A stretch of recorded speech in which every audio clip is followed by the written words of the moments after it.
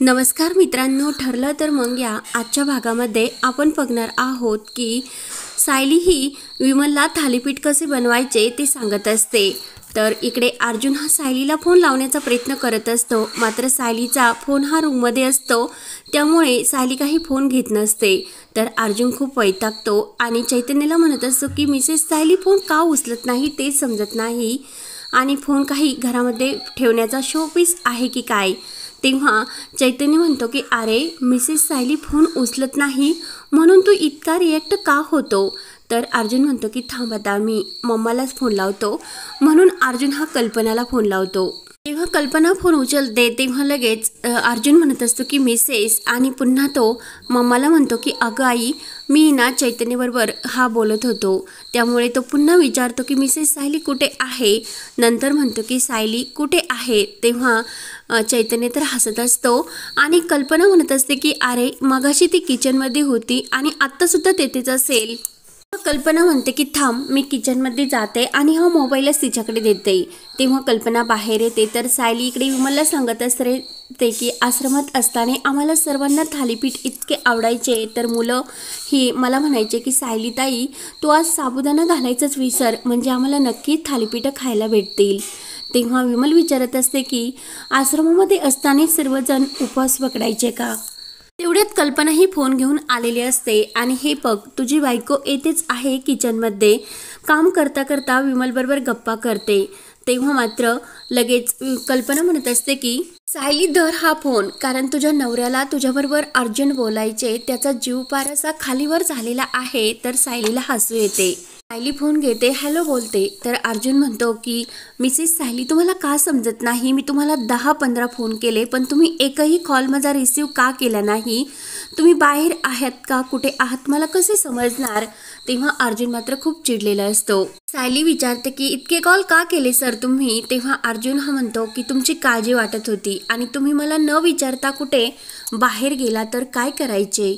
सायली म्हणत असते की मी घरातच आहे, कुठे बाहेर गेले नाही, आणि तुमचे जर बोलणे झाले असले तर लगेच फोन ठेवा।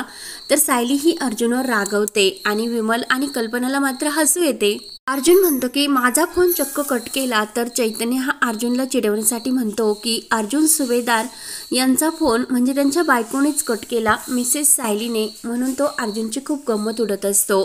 त्यावर इकडे रविराज हा तन्वीला म्हणत असतो की माझ्याशी खोटं का बोलली तू, तुझ्याकडून ही अपेक्षा नव्हती, आत्तापर्यंत मी तुला आनंदी ठेवण्यासाठी काहीही करत आलो, मग तू अशी माझ्याशी का वागली असेल। तन्वी मात्र खूप घाबरलेली असते। घरातून जाताना तू तर म्हटली होती विपुलला भेटण्यासाठी जाते आणि मी विपुलला समजून घेईल, तेव्हा मला बरे वाटले होते, पण आता तर मला असे वाटायला लागले की माझीच मुलगी मला फसवते। तन्वी म्हणत असते की नाही बाबा आणि रडण्याचे नाटक करते।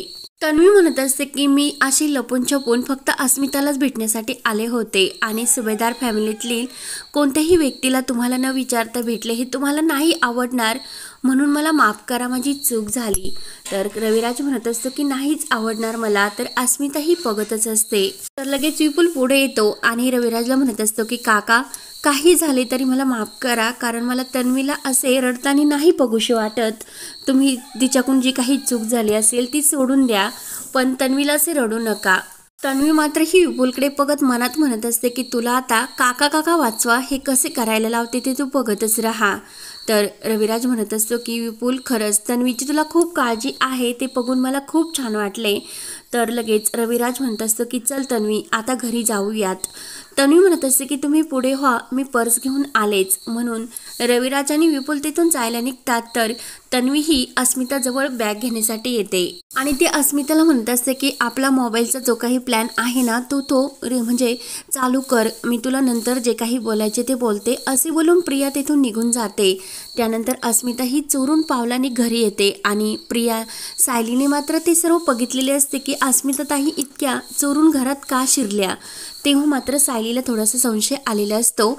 अस्मिता रूममध्ये येते आणि हा मोबाईल नेमकं कोठे ठेवायचा याचा विचार करत असते आणि जागा शोधत असते। तेव्हा अर्जुनच्या जे काही स्टडी हे बुक असतात त्या बुकमागे ती तो मोबाईल ठेवते आणि तेवढेच सायली येते। सायली ही अस्मिताकडे शंकेनेच बघत असते. तर लगेच सायली विचारते की अस्मिताताई तुम्ही आमच्या रूममध्ये काय करतात. तेव्हा लगेच अस्मिता म्हणत असते की काय, मला माझ्या भावाच्या रूममध्ये येण्यासाठी सुद्धा परवानगी लागते का, आणि अर्जुन कुठे आहे. तर सायली म्हणते की ते स्टडी रूममध्ये आहे.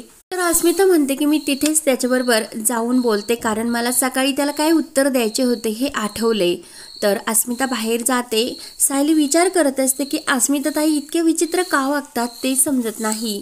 विपुलला बघून घरातील सर्वांना खूप आनंद झालेला असतो, विमलला सुद्धा.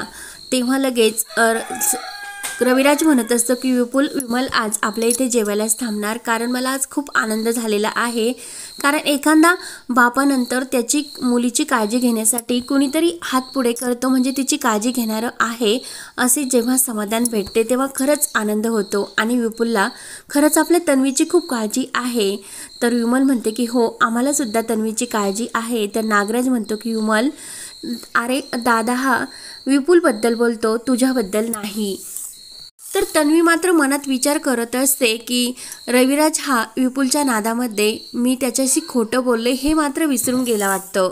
तेव्हा रविराज हा प्रियाजवळ येतो आणि प्रियाला म्हणत असतो की तन्वी, तुझ्या डोळ्यामध्ये एक माणूस तुला खूप पाणी आणून देऊन गेला, परंतु आता तुझ्याच या डोळ्यातलं पाणी येऊन न देणारा तुला माणूस भेटलेला आहे, त्यामुळे तू त्याच्याबरोबर सुखाने आयुष्य सुरू कर.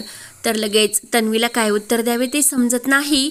तर लगेच ही सुमन म्हणत असते की तन्वीने आता होकार दिला, म्हणजे मी आता विपुलच्या आवडीचं काहीतरी गोड बनवते आणि पाकातल्या पुऱ्या तुला आवडतील का असे विचारते. तर लगेच नागराज म्हणतो की हो जा बनव तू, आणि लगेच विमल ही आतमध्ये जाते. प्रियाला मात्र खूप राग येत असतो. ती मनात म्हणत असते की सर्वजण माझ्या मागे ह्या मंडोळे घेऊन का फिरतात, आणि हा कडपुतला वितुळच आहे की रविराजने याला एकदा की दोऱ्या खेचल्या तर हा लगेच मान घालून हो हो म्हणण्यासाठी, म्हणजे ती विपुलबद्दल बोलत असते. त्यानंतर इकडे रूममध्ये अर्जुन एक फाईल शोधत असतो. त्याला ती फाईल सापडत नसते. तर सायली पुढे येते आणि ती फाईल त्याला सापडून देते. तेव्हा लगेच अर्जुन म्हणतो की मिसेस सायली, मला तर सापडत नव्हती. तर लगेच सायली म्हणत असते की अर्जुन सर, एखादी गोष्ट सापडण्यासाठी नजरसुद्धा असावी लागते, डोळ्यांचा तर काही उपयोग नसतो, नजरच असावी लागते. त्यानंतर अर्जुन म्हणतो की हो, तुम्ही सर्व काही माझा पसारा व्यवस्थित ठेवत असतात. तर लगेच सायली म्हणत असते की फक्त 5 महिने मी या घरामध्ये आहे, मग मी गेल्यानंतर तुमचा हा पसारा आवरण्यासाठी कोणी येणार नाही. तेव्हा अर्जुनला वाईट वाटत असते आणि त्या कॅमेऱ्यामध्ये हे सर्व रेकॉर्ड होत असते.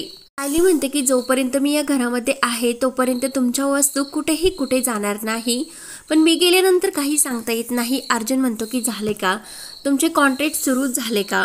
अर्जुन हा सायलीवर रागवतो आणि कायम तुम्ही 5 महिन्याबद्दलच बोलत असतात. तर सायली सॉरी बोलते. तर अर्जुन पुन्हा हसतो. त्यानंतर इकडे अस्मिता ही प्रियाला फोन करते. प्रिया मात्र त्या विपुलचा कसा बंदोबस्त करायचा याचाच विचार करत असते. तर अस्मिता म्हणत असते की मी आपला जो काही मोबाईलचा प्लॅन आहे ना तो पार पाडला. अर्जुनच्या मोबाईलमध्ये म्हणजे रूममध्ये तो मोबाईल लपवला आणि त्याचा व्हिडिओसुद्धा मी रेकॉर्ड करून ऑन केलेला आहे. उद्याच आपल्या हातामध्ये अर्जुन आणि सायली नवरा बायको असल्याचं नाटक करता हा पुरावा नक्की मिळेल. तर प्रियाला म्हणजे तन्वीला आनंद होतो. दुसऱ्या दिवशी सायली ही खूप छान अशी तयार झालेली असते आणि दसऱ्याच्या प्रत्येक अवजारांची ती मस्त अशी तिने पूजा मांडलेली असते. सरस्वतीचे पाठीवर चित्र काढलेले असते आणि सर्व तयारी करून देवीआईच्या मंदिरासमोर तिने ठेवलेली असते. तर अस्मिता मात्र घाबरलेलीच असते आणि विचार करत असते की अर्जुन आता केव्हा बाहेर पडेल मला तो मोबाईल घेण्यासाठी. तर इकडे अस्मिता म्हणजे सायली ही कल्पनाला म्हणत असते की आई सर्व पूजेची तयारी झाली आणि आता मी फुलांचा हार सुद्धा बनवते. तर लगेच सायलीचे लक्ष हे अस्मिताकडे जाते आणि प्रताप म्हणत असतो की अस्मिता तू सुद्धा काहीतरी मदत आईला करत जा. तर कल्पना सायलीचे गुण घेत असते की तू असल्यावर मला कशाचं टेन्शन नाही. तेव्हा मात्र सायली विचार करत असते की अस्मिता ताई कालपासून इतक्या टेन्शनमध्ये का दिसतात. तर हा भाग येथे संपतो. पुढील भागामध्ये अर्जुन सुद्धा सायलीला हार फुलांचे बनवण्यासाठी मदत करत असतो आणि जेव्हा सायली तो हार दरवाजावर लावण्यासाठी जाते तर लगेच अर्जुन तिला चक्क सर्वांसमोर उचलून घेतो. अर्जुन आणि सायली एकमेकांकडे रोमांटिक होऊन बघत असतात. तर आता पुढे काय होणार हे पाहण्यासाठी चॅनलला नक्की सबस्क्राईब करत रहा. धन्यवाद.